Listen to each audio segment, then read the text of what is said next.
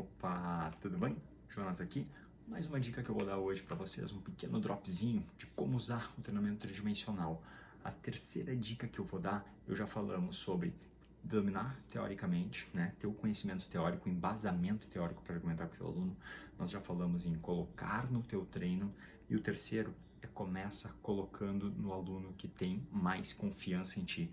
É aquele aluno, a gente sempre sabe que a gente tem aquele aluno que ele é mais chato, mais cri-cri, que ele te incomoda mais, e tem aquele aluno que já é mais teu amigo, que ele te entende, que ele aceita essas inovações. Começa pelo treino desse cara, começa colocando no treino desse cara alguns elementos. Um ponto bem importante que eu vejo, imagina assim, teu aluno sempre treinou dentro de um padrão de exercício, dentro de pouca variação de plano, e o corpo dele tem alguns recursos, e a gente vai lá e quer colocar um monte de coisa nova.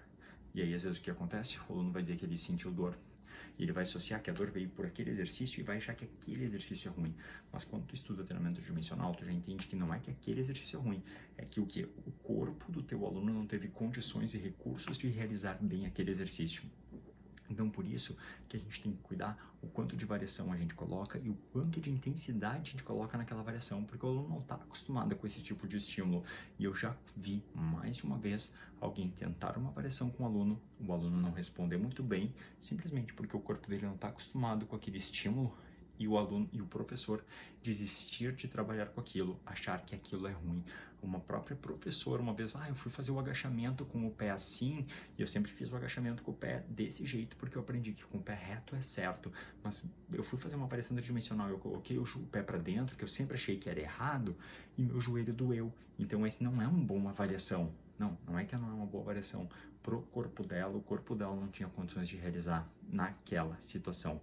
Então, a gente tem que ter cuidado no quão sede ao pote a gente vai, de quanto estímulo novo a gente está dando para o aluno e principalmente a intensidade desse estímulo. Era muito comum na musculação, vou dar um exemplo para alguns de vocês, talvez vai ficar mais fácil de entender.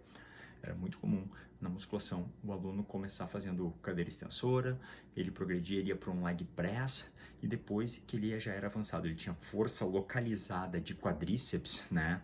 Até no leg press ele tinha uma força de quadríceps, glúteo, e daí quando ele era um aluno avançado, o professor ia colocar ele no agachamento. Só que pensa só, ele tinha muita força de quadríceps específico para aquela tarefa, ele conseguia, sei lá, fazer um leg press com 200 quilos, e quando ia colocar ele no agachamento, o professor queria colocar ele com um peso muito grande, só que ele não tinha estrutura de core, o tronco dele não sabia trabalhar com aquela carga, porque ele não foi progredindo.